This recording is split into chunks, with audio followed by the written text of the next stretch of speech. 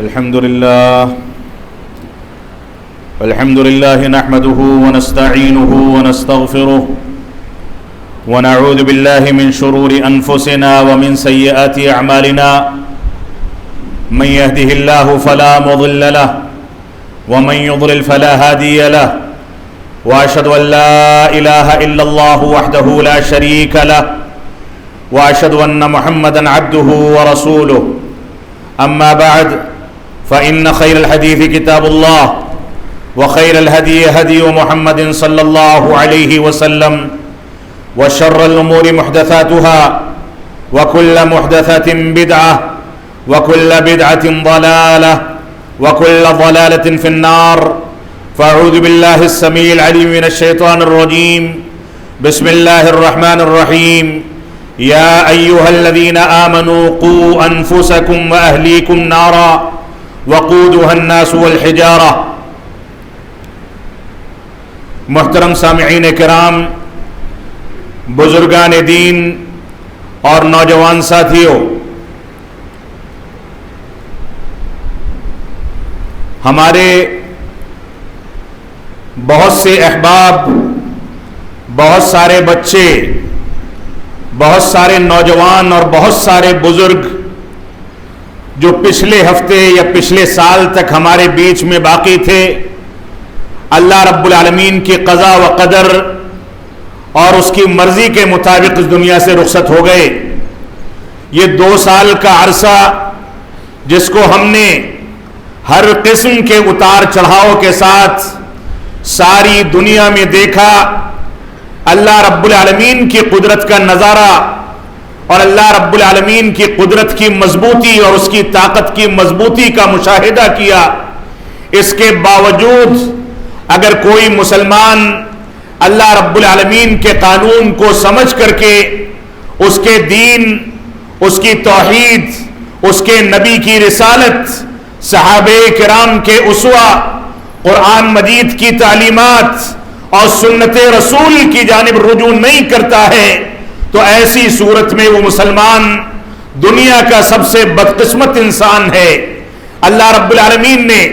جہاں ہم کو یہ بتایا تھا کہ موت و زندگی کا مالک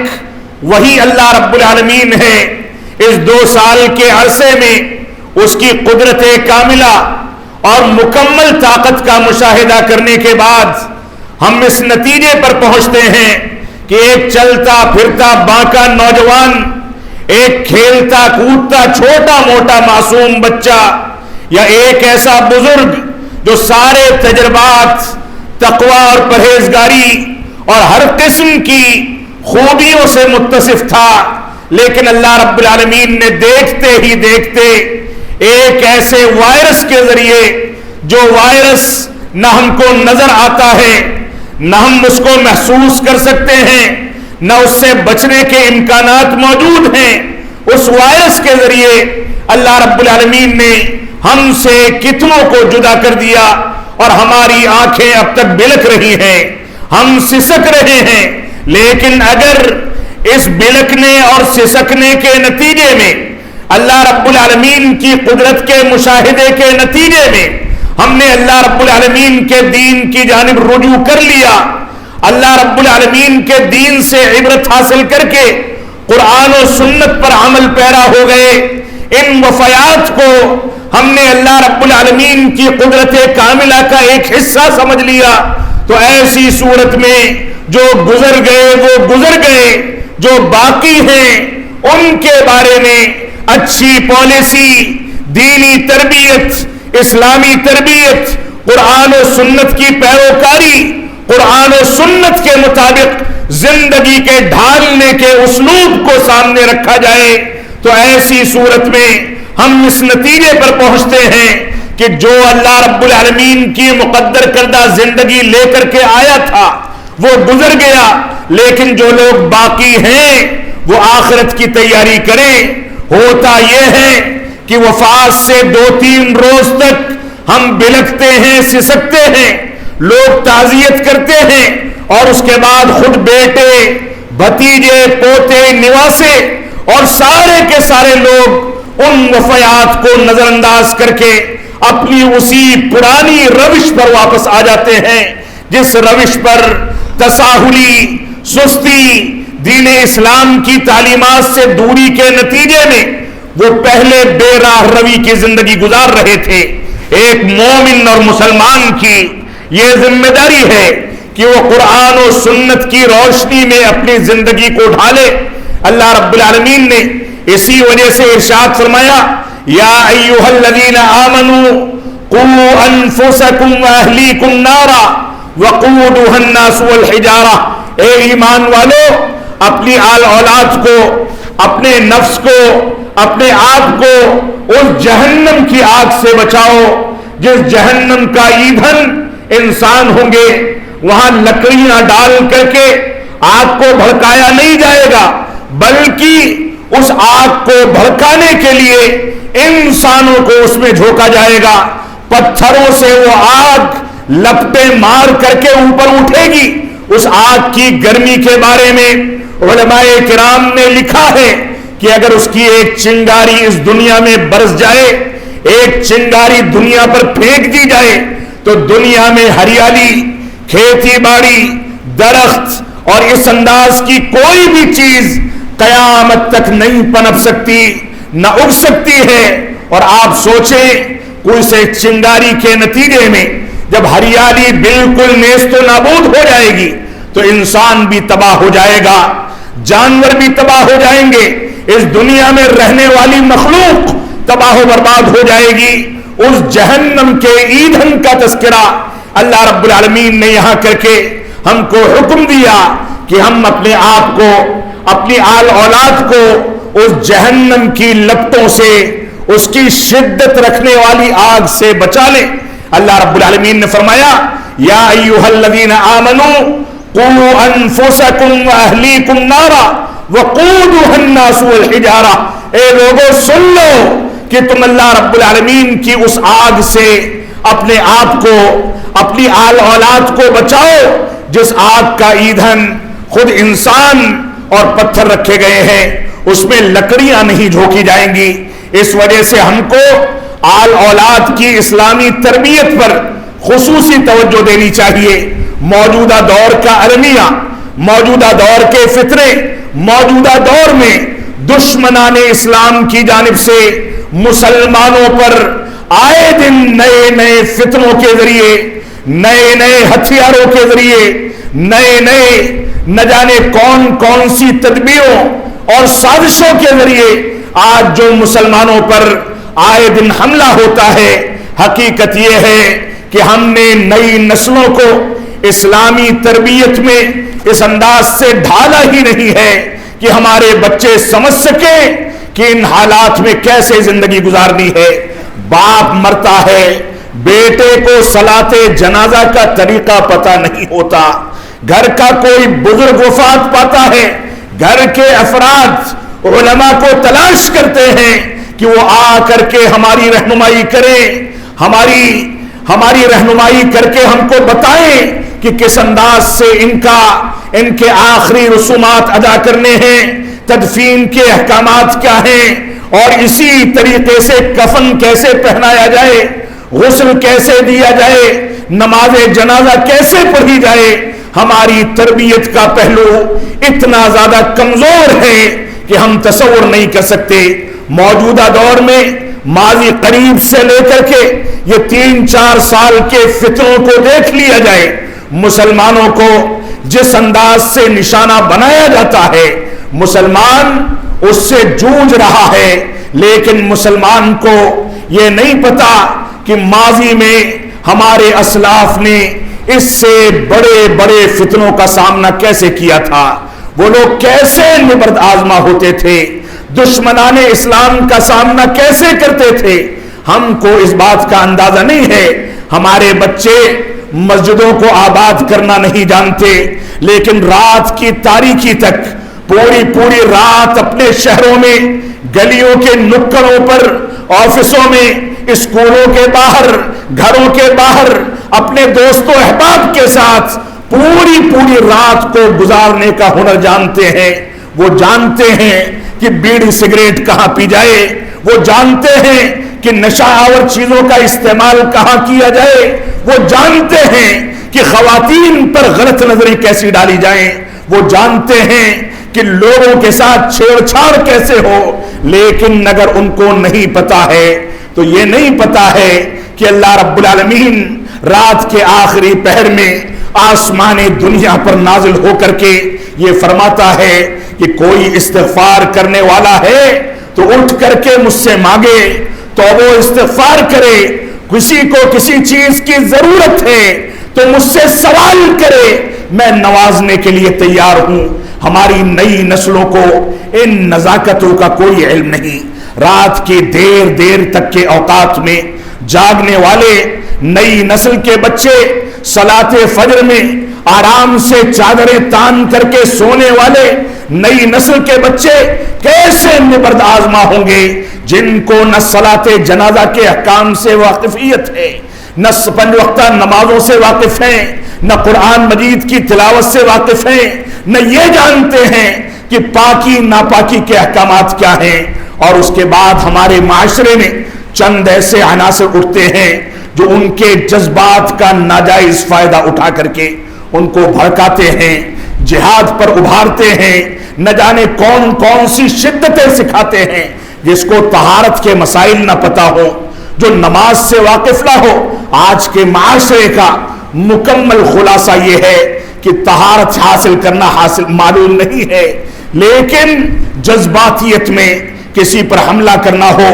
جذباتیت میں کوئی بیان دینا ہو، جذباتیت میں ٹی وی اسکرین یا کسی نیوز چینل کا حصہ بننا ہو تو ہمارے نوجوان اس میں سب سے آگے نظر آتے ہیں۔ معاف فرمائیں گے، یہ جذباتیت کا مسئلہ نہیں ہے، معاف فرمائیں گے یہ ایسی پالیسی نہیں ہے کہ جس کو جیسے چاہے چھوڑ دیا جائے، بلکہ ہر چیز کے لیے، ہر میدان کے لیے اشخاص ہونے چاہیے، ہمارے بچوں کی اسلامی تربیت ہونی چاہیے۔ تو اللہ رب العالمین نے فرمایا اس آگ سے اپنے بچوں کو اور اپنے آپ کو ڈراؤ جس آگ کا ایندھن پتھر اور انسان ہوں گے۔ آج اسلامی تربیت کی کمزوری کا نتیجہ ہے کہ ہمارے بچے نہ توحید سے واقف ہیں، نہ شرکیات سے واقف ہیں۔ ہمارے بچوں کی اسلامی تربیت کا تقاضا ہے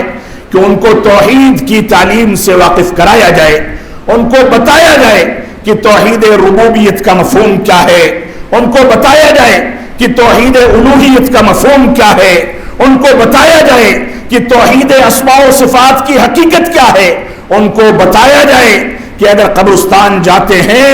تو وہاں پر کون سی چیزیں حلال ہیں، کون سی چیزیں حرام ہیں، وہاں جانے کے آداب کیا ہیں، دعائیں کیا ہیں، کس انداز سے قبر کے سامنے کھڑا ہوا جاتا ہے، کیسے مٹی دی جاتی ہے، کیسے عبرت حاصل کی جاتی ہے۔ نئی نسل کے بچوں کو توحید کی تعلیمات سے مکمل طور سے واقف کرانا ہمارے بڑوں کی، ہماری جماعتوں کی، ہمارے بزرگوں کی، ہمارے ماں باپ کی، ہمارے بھائیوں کی، ہمارے گھر کے بڑوں کی ذمہ داری ہے کہ وہ اس انداز سے بچوں کی تربیت کریں کہ وہ توحید کو سمجھ سکیں اور توحید کے ساتھ ساتھ شرک کی آلائشوں سے، شرک ربوبیت کی آلائشوں سے، شرک اکبر کی آلائشوں سے، شرک اصغر کی آلائشوں سے، شرک الوہیت، شرک اسماء و صفات اور شرک کی تمام قسموں سے اپنے آپ کو محفوظ رکھ سکیں۔ یہ شرک ہماری زندگی میں جس انداز سے گھستا چلا جا رہا ہے، ہم کتنا بھی دعویٰ کر لیں کہ ہم اہل توحید میں سے ہیں، ہم کتنا بھی دعویٰ کر لیں کہ ہمارا تعلق جماعت اہل حدیث اور قرآن و سنت کی حامل جماعت سے ہے، لیکن نئی نسلوں میں نہ اس بات کا شعور ہے اور نہ وہ اس بات سے واقف ہیں کہ وہ قرآن و سنت کے تقاضوں کو سمجھ سکیں، توحید کے تقاضوں کو سمجھ سکیں، شرکیات سے بچ سکیں، اتباع رسول کے تقاضوں کو سمجھ سکیں۔ آج تقلید شخصی نے اور تقلید شخصی کے مختلف عناصر نے ہمارے معاشرے کو دیمک کے طریقے سے چاٹ کر کے ختم کر دیا۔ ہمارے سامنے اللہ کے نبی صلی اللہ علیہ وسلم کا طریقہ، آپ کی تعلیمات، آپ کے احکامات موجود ہیں، اس کے باوجود ہم علماء اور ائمہ کے پیچھے دوڑ کر کے اپنی اسلامی زندگی کو تباہ کرتے ہیں، تو تربیت کا پہلا پہلو یہ ہے کہ ہم نئی نسلوں کی توحید کی بنیادوں پر تربیت کریں۔ دوسرا پہلو یہ ہے کہ ان کی تربیت میں اتباع رسول کے تمام عناصر کا مکمل پاس و لحاظ رکھا جائے، ان کو بتایا جائے کہ اللہ کے نبی صلی اللہ علیہ وسلم نے اگر کسی بات کا حکم دے دیا، کسی چیز سے روک دیا تو اس کو اپنا لینا، یا روکی گئی باتوں سے رک جانا، یا جن چیزوں کا جو طریقہ بتا دیا ہے اس کے مطابق زندگی کو ڈھالنا، یہ ہماری ذمہ داری ہے۔ اس میں کسی کی شرکت اسی طریقے سے ناقابل قبول اور ناقابل برداشت ہے جیسے اللہ رب العالمین کی وحدانیت میں، اللہ رب العالمین کی توحید میں کسی کی شرکت ناممکن ہے، ویسے ہی توحید اتباع میں کسی کی شرکت ناممکن ہے اور اس کو برداشت نہیں کیا جا سکتا۔ آج کی نئی نسلوں کو یہ بتانے کی ضرورت ہے کہ وہ اپنے ہاتھوں سے اس شیطان کو پھینکیں جس شیطان نے ہمارے خاندانوں کو، ہمارے گھرانوں کو، ہماری نئی نسلوں کو تباہ و برباد کر رکھا ہے۔ ان کو تعلیم و تربیت اور اسلامی تعلیمات کے مطابق ڈھالا جائے، ان کو دنیاوی تعلیم کے بہتر سے بہتر مواقع فراہم کیے جائیں، لیکن ساتھ میں یہ ایک جانب ڈاکٹر بن جائیں، ایک جانب انجینئر بن جائیں، ایک جانب چاند اور سریا پر چلے جائیں، لیکن دوسری جانب ان کو پتا ہو کہ دن بھر میں 5 مرتبہ نمازیں پڑھی جاتی ہیں، دوسری جانب ان کو علم ہو کہ اللہ رب العالمین کے علاوہ کسی کے آگے یہ پیشانی نہیں جھک سکتی، ان کو اس بات کا پختہ علم ہو کہ اللہ رب العالمین کے علاوہ کسی کے لیے نہ رکوع کیا جا سکتا ہے، نہ کسی سے دعائیں کی جا سکتی ہیں، ان کو اس بات کا علم ہو کہ قبریں ایک بارش سے زیادہ اونچی نہیں ہو سکتی، ان کو اس بات سے واقفیت ہو کہ قبروں کو پکا بنانا حرام ہے، یہ جانتے ہوں کہ قبروں پر پھول چڑھانا،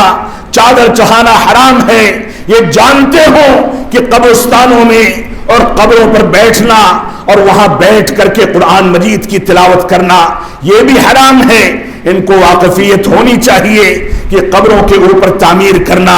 قبروں کے تقدس کو سامنے رکھتے ہوئے ناجائز چیزوں کو اختیار کرنا، یہ ساری کی ساری چیزیں ہماری ذمہ داری ہیں کہ نئی نسلوں کو بتایا جائے، واقف کرایا جائے، ان کو دنیاوی علوم کے ساتھ ساتھ دین کی بنیادوں پر پختگی کے ساتھ ڈھالا جائے،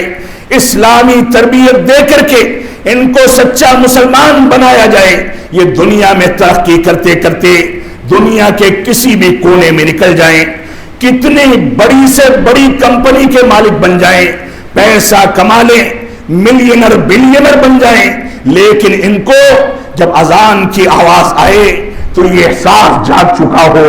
کہ اسی رب نے مجھ کو یہ نعمتیں دی ہیں، اسی نے اس مال و دولت سے نوازا ہے، لہذا اس کی شکر گزاری میں کوئی کمی نہیں آنی چاہیے۔ اس بنیادوں پر ہمیں تربیت دینی ہوگی، ہم کو دیکھنا ہوگا کہ کس انداز سے رسول اکرم صلی اللہ علیہ وسلم نے ہم کو ان چیزوں پر ابھارا ہے۔ اللہ کے نبی صلی اللہ علیہ وسلم فرماتے ہیں یوشک الامم ان تداعى علیکم کما تداعى الاکلۃ الی قصعتها، کہ ان قریب دنیا کی ساری طاقتیں، ساری قومیں،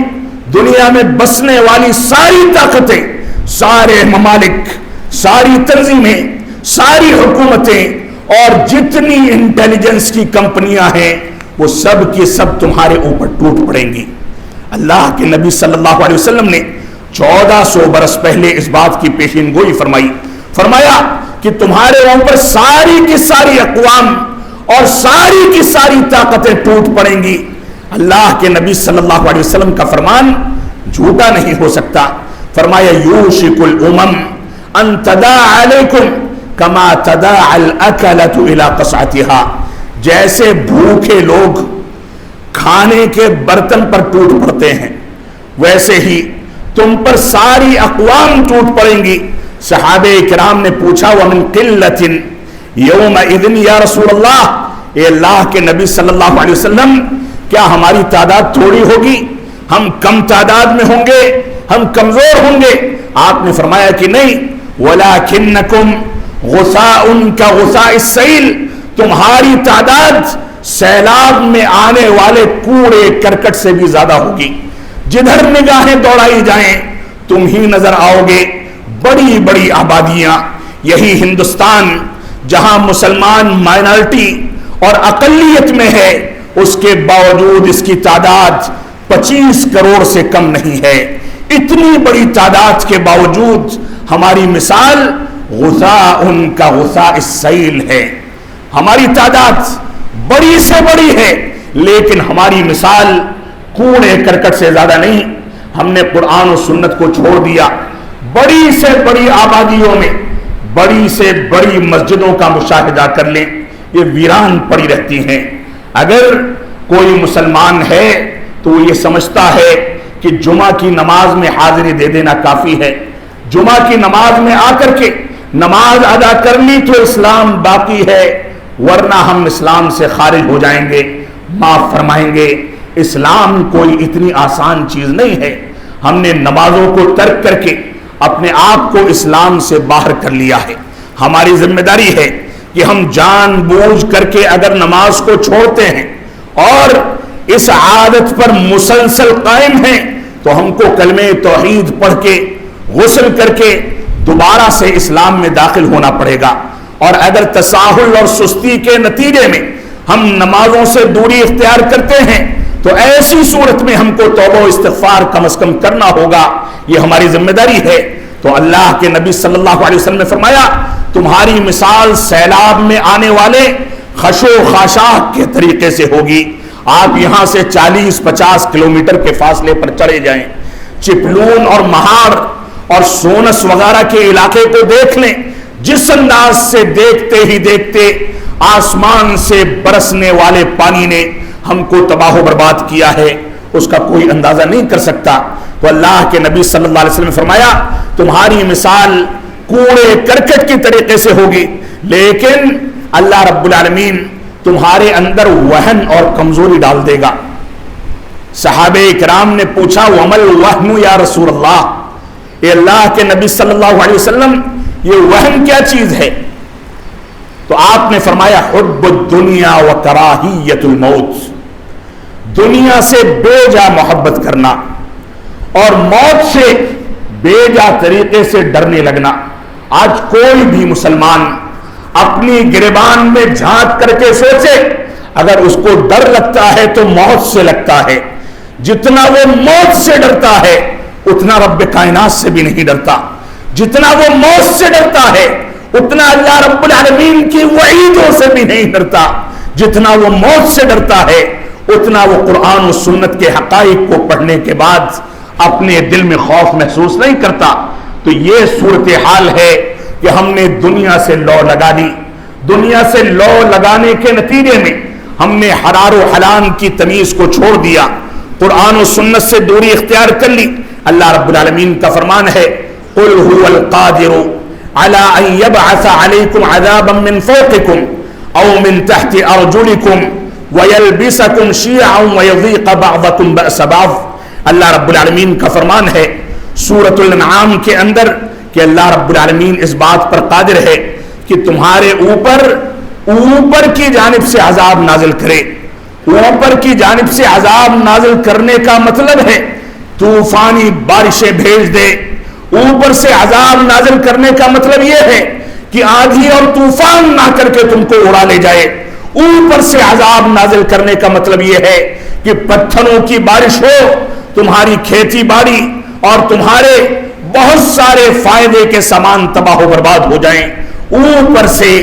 عذاب نازل ہونے کا مطلب یہ ہے کہ تمہارے اوپر ایسے حکام اور ایسے وزراء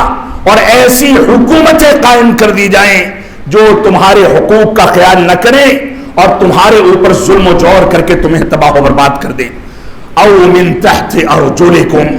اور اللہ رب العالمین اس بات پر بھی قادر ہے کہ تمہارے قدموں کے نیچے سے تم کو عذاب میں مبتلا کر کے تباہ و برباد کر دے۔ یعنی نیچے سے زمین کو کھسکا دیا جائے، پہاڑ کھسک جائیں، بستیاں بہہ جائیں اور دب جائیں، لوگ دب کر کے مر جائیں، اللہ رب العالمین اس بات پر قادر ہے کہ نیچے سے عذاب نکال کر کے تم کو دبوچ لے اور تباہ و برباد کر دے۔ اس وجہ سے تم اللہ رب العالمین سے ڈرتے رہو۔ نیچے سے عذاب نازل کرنے کا ایک مفہوم یہ بھی ہے کہ زلزلے آ جائیں، سونامی آ کر کے ہم کو تباہ و برباد کر جائے، لہریں اور پانی کا بہاؤ ہم کو بہا لے جائے، اور نیچے سے عذاب آنے کا ایک مفہوم یہ بھی ہے کہ تمہارے ماتحتی میں کام کرنے والے امانت داری کو، ایمانداری کو، حلال خوری کو چھوڑ کر کے اپنی مرضی کی زندگی گزارنے لگیں۔ تم جب تک ڈنڈا لے کر کے کھڑے رہو وہ صحیح سے چلیں، اور جیسے ہی تم نگاہوں سے اوجھل ہو جاؤ وہ شریعت کی مخالفت کر کے خود تمہاری ماتحتی میں تمہارے پیر کے نیچے گڈھے کھودنے لگیں۔ یہ ساری کی ساری صورتیں آج ہم اپنے معاشرے کے اندر دیکھ سکتے ہیں، ان کا مشاہدہ کر سکتے ہیں۔ تو ہماری ذمہ داری ہے کہ ہم اللہ رب العالمین کے بتائے ہوئے طریقے پر چلیں۔ وقت زیادہ ہو رہا ہے، ورنہ میں تربیت اولاد پر مزید گفتگو کرنا چاہتا تھا۔ تربیت اولاد ایک ایسا پہلو ہے جس میں زندگی کے تمام مراحل میں اللہ رب العالمین نے اور رسول اکرم صلی اللہ علیہ وسلم نے ہم کو تفصیلی حکم دیا۔ خطبہ نکاح میں بار بار تقوی کی تلقین کی گئی، مجامعت اور مباشرت کے وقت کی دعا میں شیطان رجیم سے پناہ مانگنے کا حکم دیا گیا، مباشرت کے پہلے حجر عروسی میں اور خلوت میں جانے کے وقت میں میاں اور بیوی کو نفلی نمازیں ادا کر کے اللہ رب العالمین سے قربت اختیار کرنے کا حکم دیا گیا۔ حمل ٹھہرنے کے بعد محدثین کہتے ہیں کہ پیٹ میں پلنے والے بچے کے لیے ماں کو کثرت کے ساتھ دعا کرنی چاہیے۔ ماہواری کی آلائشوں سے، ناپاکی سے اللہ رب العالمین نے اس کو 9 مہینے کے لیے نجات دی تاکہ وہ تلاوت کر سکے، نوافل کی ادائیگی کر سکے، بچے کے لیے دعائیں کر سکے، اور یہ بچہ پیٹ سے ہی تربیت کو قبول کرتا ہے۔ ولادت کے بعد کے مرحلے میں اللہ کے نبی صلی اللہ علیہ وسلم نے فرمایا مروا اولادکم بالصلاۃ وهم ابناء 7 واضربوهم وهم ابناء 10 وفرقوا بین المضاجع۔ اللہ کے نبی صلی اللہ علیہ وسلم فرماتے ہیں اپنے بچوں کو 7 سال کی عمر میں نماز پڑھنے کا حکم دو، مسجدوں میں ساتھ میں لے کر کے آیا کرو، اور جب 10 سال کے ہو جائیں اور 3 سال کی تربیت، 3 سال کی ٹریننگ کے باوجود وہ نمازوں سے قریب نہ ہو سکے، مسجدوں کو آباد نہ کر سکیں، اللہ رب العالمین کے حقوق کو ادا نہ کر سکے، تو ایسی صورت میں ان کو مارو اور سزائیں دو تاکہ ان کے سامنے یہ واضح ہو جائے کہ ایسے بچے جو اپنے پیدا کرنے والے کے حقوق کو ادا نہیں کر سکتے وہ ہمارے خاندانوں کا حصہ نہیں بن سکتے،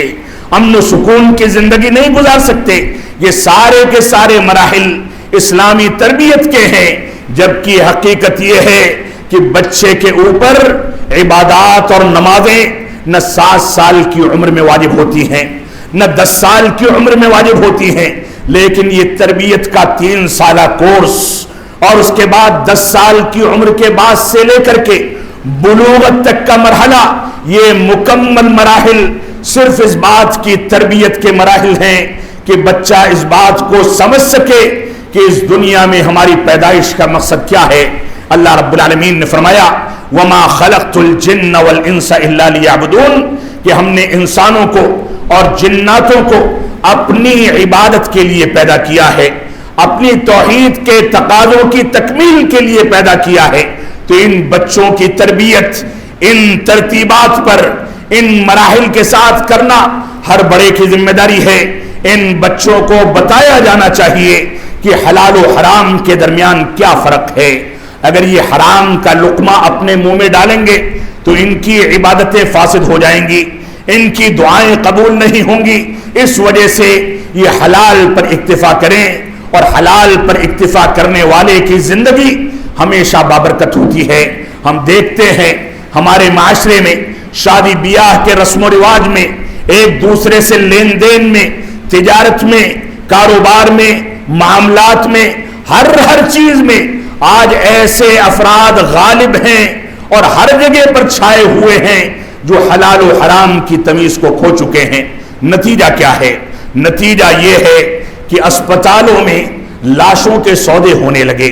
نتیجہ یہ ہے کہ مریضوں کے ساتھ سودے بازیاں کی جانے لگی، نتیجہ یہ ہے کہ ہم چلتے پھرتے میت میں ہوں، زندوں کی زیارت کر رہے ہوں، کہیں جا رہے ہوں، کہیں سے آ رہے ہوں، ہر جگہ پر اپنے مفاد کے لیے سوچتے ہیں، قوم کے مفاد کے لیے سوچنا ہم نے چھوڑ دیا ہے۔ ایسی صورت میں ہمارے اوپر جو زوال آیا ہے،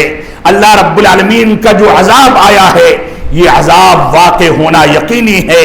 اللہ کے نبی صلی اللہ علیہ وسلم فرماتے ہیں کہ میری امت کے اندر زمین کے دھسنے کا،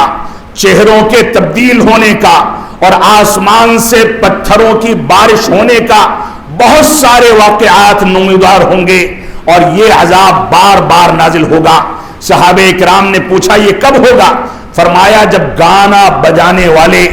موسیقی کو استعمال کرنے والے، گانا بجانے والی لڑکیاں عام ہو جائیں، شراب پی جانے لگے، بیڑی سگریٹ کے اور تمباکو اور کھینی کے لوگ عادی ہو جائیں، نشہ آور چیزوں کو نام بدل بدل کر کے استعمال کیا جانے لگے، حلال و حرام کی تمیز کو چھوڑ دیا جائے، تو ایسی صورت میں زلزلے بھی آتے ہیں، زمینیں بھی دھستی ہیں، پتھروں کی بارش بھی ہوتی ہے اور موسیقی سننے والوں کے چہرے انسانوں سے بدل کر کے بے رونق کر کے بندروں جیسے بنا دیے جاتے ہیں، جس کا مشاہدہ ہم آرام کے ساتھ آج کی معاشرے کے اندر کر سکتے ہیں۔ اللہ رب العالمین ہم کو موسیقی سے، شرک و بدعات سے، ہر قسم کی خرافات سے، ہر قسم کے گناہوں سے، نشہ آور اشیاء سے، ہر قسم کے گناہوں کے کاموں سے اور قرآن و سنت کی مخالفت سے، آپسی اختلاف و انتشار اور ہر قسم کے اختلاف و انتشار سے بچنے کی توفیق عطا فرمائے۔ اللہ رب العالمین جہاں اس بات پر قادر ہے کہ پیروں کے نیچے سے عذاب نازل کرے، آسمان سے عذاب نازل کرے، وہیں اللہ رب العالمین نے سورۃ الانعام میں فرمایا وَيُذِيقَ بَعْضَكُمْ بَأْسَ بَعْضٍ، وہ اس بات پر بھی قادر ہے کہ تم کو آپس میں بھڑا دے، اختلاف و انتشار کے نتیجے میں تم ایک دوسرے کے دشمن بن جاؤ اور ایک دوسرے کی گردنیں ناپتے پھرو، ایک دوسرے کے خلاف سازشیں کرو۔ یہ اللہ رب العالمین کی عذاب کی نشانیاں ہیں جن کا مشاہدہ ہم اپنی جماعت میں، اپنے ماحول میں، اپنے محلے میں، اپنے آفسوں میں، اپنی مسجدوں میں، اپنے مدرسوں میں اور اپنے معاشرے میں بخوبی کر سکتے ہیں۔ اللہ رب العالمین ہم کو ان چیزوں سے توبہ کر کے قرآن و سنت کی جانب رجوع کرنے اور قرآن و سنت کے مطابق اسلامی تربیت کو اختیار کرنے کی توفیق عطا فرمائے۔ ہم جب تک جئیں تب تک اسلام پر جئیں، جب ہمارا خاتمہ ہو تو ایمان پر ہو۔ بارک اللہ لنا ولکم فی القرآن المجید ونفعنی وإیاکم بالآیات والذکر الحمید انہ تعالی جواد کریم ملک بر الرؤوف الرحیم۔